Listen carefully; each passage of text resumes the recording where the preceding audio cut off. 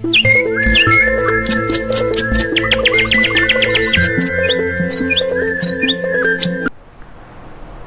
లోకములో అనేక మంది సంతాన భాగ్యము లేక బాధపడుతూ ఉంటారు. అలాంటి వారు పునీత పాదువాపుర అంతు అనే వారిని ఆశ్రయించినప్పుడు ఆ పునీతుని ద్వారా అనేక మందికి సంతాన భాగ్యము లభిస్తూ ఉంటుంది. అలాంటి అద్భుతాలలో ఒకదానిని ఈరోజు మనము చూద్దాము. 1871వ సంవత్సరములో పోర్చుగీసును పరిపాలిస్తూ ఉన్నటువంటి రాజుకు సంతానము లేదు. ఆ రాజదంపతుల ఇద్దరు కూడా చాలా బాధపడ్డారు. అనేక మంది వైద్యులను సంప్రదించారు. అయినప్పటికీ కూడా వారికి గర్భఫలము లభించలేదు. చివరకు నిరాశ నిస్పృహలతో ఉన్నటువంటి ఆ సమయంలో రాజుగారికి తళుక్కున ఆలోచన మెరిసింది. ఏమిటి అంటే, పునీత పాదువాపుర అంతు అనే వారు ఎన్నో అద్భుతాలు చేస్తూ ఉన్నారు కాబట్టి ఆ పునీతుణ్ణి ప్రార్థించాలి అని చెప్పి వెంటనే రాజదంపతులు ఇద్దరూ కూడా పునీత అంతు అనే వారిని ప్రార్థించారు.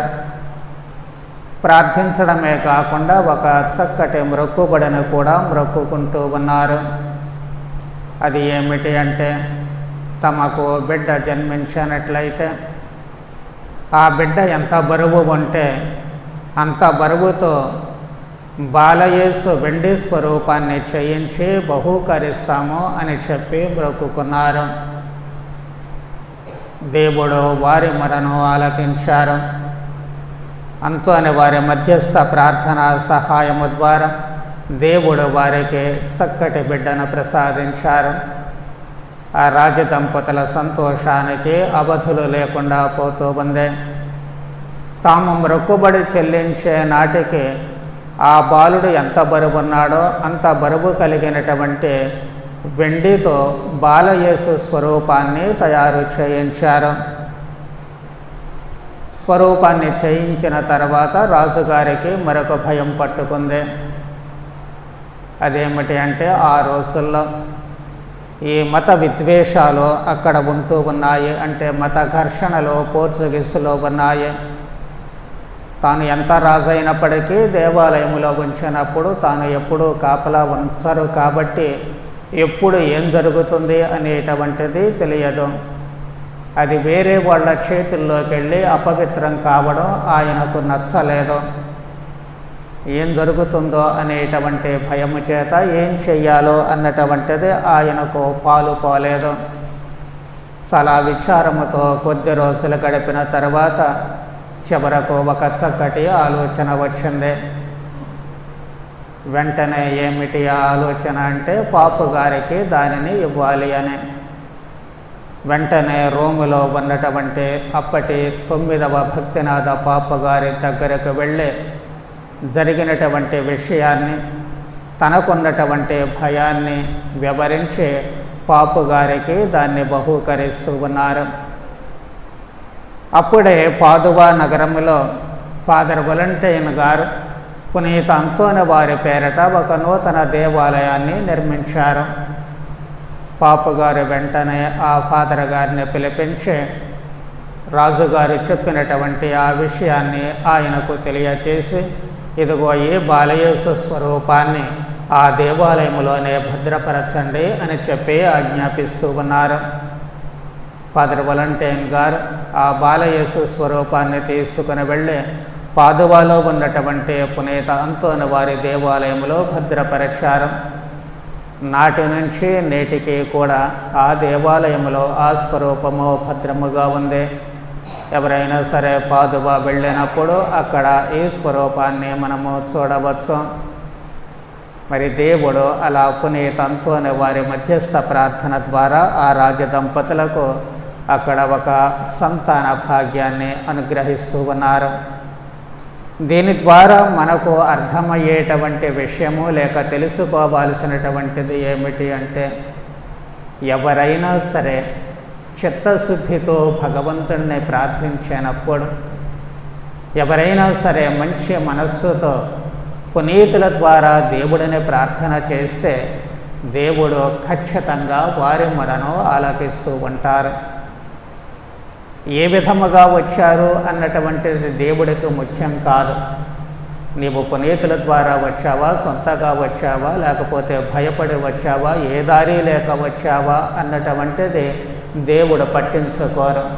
దేవుడు పట్టించుకునేదల్లా నీవు దేవుని శరణు వేడావా లేదా, దేవుని వద్దకు దైవ సన్నిధికి వచ్చావా లేదా అనేది మాత్రమే చూస్తూ ఉంటారు. అందుకే ప్రభువు దుడుకు చిన్నవాడు సామెత చెప్పారు.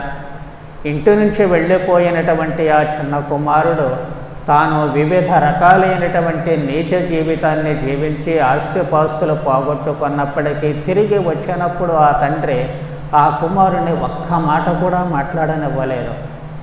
ఆయన మాట్లాడుతూ ఉన్నాడు కానీ మాట్లాడనివ్వలేదు. ఆ మాటలు తాను వినిపించుకోనలేదు. తన కొడుకు తన దగ్గరకు వచ్చాడు. అదొక్కటే ఆ తండ్రి ఆనందము. అందుకే ఆ బిడ్డకు ఏమి లేదు అనేటువంటిది చూస్తున్నారు.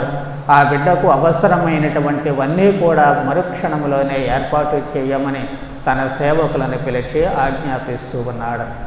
అదే భగవంతుని ప్రేమ. ఆ భగవంతుని వద్దకు మనం చిత్తశుద్ధితో తిరిగి రావాలి. తిరిగి రావడము అంటే ఏదో గుళ్ళోకి వస్తే సరిపోదు. మనస్సులు పవిత్రంగా చేసుకోవాలి. మనస్సులో నిశ్చలంగా ఉంచుకోవాలి. పవిత్రమైనటువంటి మనస్సులతో మనము హృదయ పరివర్తన చెంది మనకున్నటువంటి అవకాశాలు, పాప సంకీర్తనము దగ్గర నుంచి దివ్య పూజలో మనము చేసేటువంటి పశ్చాత్తాప క్రమము, ఈ రకంగా మనలో ఉన్నటువంటి పాప స్వభావాన్ని వదిలివేసి పుణ్యక్రియలు చేయడం మొదలు పెట్టడమే దేవుని దగ్గరకు రావడము అంటే. మన ఆలోచనలు మంచిగా ఉంచుకోవడమే దేవుని దగ్గరకు రావడము అంటే. మన భావాలు మంచిగా ఉంచుకోవడమే దేవుని దగ్గరకు రావడము అంటే. మన దృక్పథాలు మంచిగా ఉంచుకోవడమే దేవుని దగ్గరకు రావడము అంటే. అది మనకు దేవాలయంలో పునాదులు వేస్తూ ఉంటుంది. మనము పాల్గొనేటువంటి దివ్య బలి పూజలు, చెప్పేటువంటి ప్రార్థనలు, ఇవన్నీ కూడా మనలో ఈ మంచి భావాలన్నీ పుట్టేటట్లు చేస్తూ ఉంటాయి. అప్పుడు మనము దేవుని దగ్గరకు వచ్చినట్లు లెక్క. అప్పుడు దేవుడు మన అవసరాలు ఏమిటి అనేటువంటివే చూస్తారు కానీ అంతకుముందు నువ్వేం చేశావో అనేటువంటిది పట్టించుకోరు. నీకున్నటువంటి అవసరాన్ని గుర్తించి ఖచ్చితంగా నీకు సహాయం చేస్తూ ఉంటారు. కాబట్టి నేను చాలామందికి చెబుతూ ఉన్నాను, సంతానము కోసం ప్రార్థన చేయండి స్వామి అన్నటువంటి వారికి, వాళ్ళందరికీ కూడా అదే చెప్పాను. మీరు నిబద్ధతతో అంతోని వారిని ప్రార్థించండి. అంతోని వారి ద్వారా భగవంతుడిని ప్రార్థించండి. ఎంతోమందికి అంతోని వారి ద్వారా దేవుడు సంతాన భాగ్యాన్ని ప్రసాదించారు. ఖచ్చితంగా మీకు కూడా ప్రసాదిస్తారు. మీ మనసులో నిశ్చలంగా పవిత్రంగా ఉంచుకొని ఆ దేవుణ్ణి పునీత అంతోని వారి ద్వారా శరణు వేడండి అని చెప్పి చాలామందికి చెబుతూ ఉన్నాను. కాబట్టి మనము ఈ విషయాలను మనస్సులో ఉంచుకొని సంతాన భాగ్యము మాత్రమే కాదు, మన అవసరాలు ఏమిటి అనేటువంటివే మనము అంతోని వారి ద్వారా భగవంతుని దగ్గరకు వెళ్ళినట్లయితే దేవుడు ఖచ్చితంగా మన అవసరాలను తీరుస్తారు. మరి అలాంటి బుద్ధిని, మంచి మనస్సును, సత్ప్రవర్తనను మనందరికీ కూడా ప్రసాదించమని పునీత అంతోని వారి ద్వారా ప్రార్థన చేద్దాం. పితా పుత్ర పవిత్రాత్మ నామమున